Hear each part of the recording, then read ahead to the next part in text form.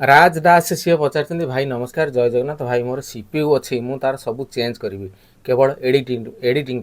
मते कौन कौन करने हम दयाकोरी वीडियो मध्य जनइले आम बहुत खुशी हो i5 प्रोसेसर 500 GB SSD।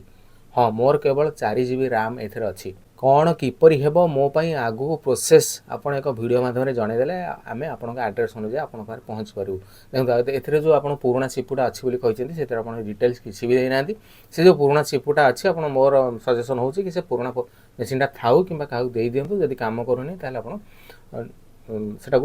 दुकान पचारतु सेटा किंतु आपन सेटा वीडियो एडिटिंग सेटा हो पार ना। प्रथम कथा आपंकर 4 GB RAM अच्छी आपंकर जदि मदरबोर्ड स्ट्रंग थाए अर्थात आप वीडियो एडिटिंग करने चाहते एବେका समय 10 जेनेरेशन मिनिमम आपंकर दरकार हम तेणु आपंकर कौ बोर्ड माने कौ मदरबोर्ड आप किसी मेंशन करना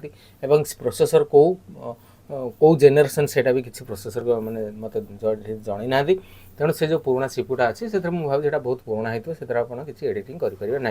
तेणु एडिटिंग करने आप मिनिमम 410 मदरबोर्ड गोटे दरकार हम जिगाबाइट हो कि आसस हो कि एमएसआ हो 410 मदरबोर्ड आप स्टार्टिंग हो 410 510 610 720 ये सब मदरबोर्ड स्टार्टिंग हो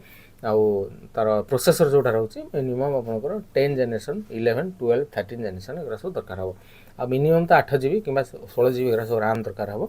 तेणु ये सब जिन आप जोटा लिखिं से भाई बहुत पुराणा होता तेणु ए एडिटिंग करहबना। तेणु जदि अच्छी से आप दुकान में दे दिंतु कि बिक्री कर दिंतु कि जब आप छोट मोट कम चलापी अच्छे से करूँ कि मदरबोर्ड जेहेतु आपंकर मेंशन करना आ प्रोसेसर कौन अच्छी से मेंशन करना तेणु यहीटा को आप अपडेट करें कि ना से आपको जनईपारे ना।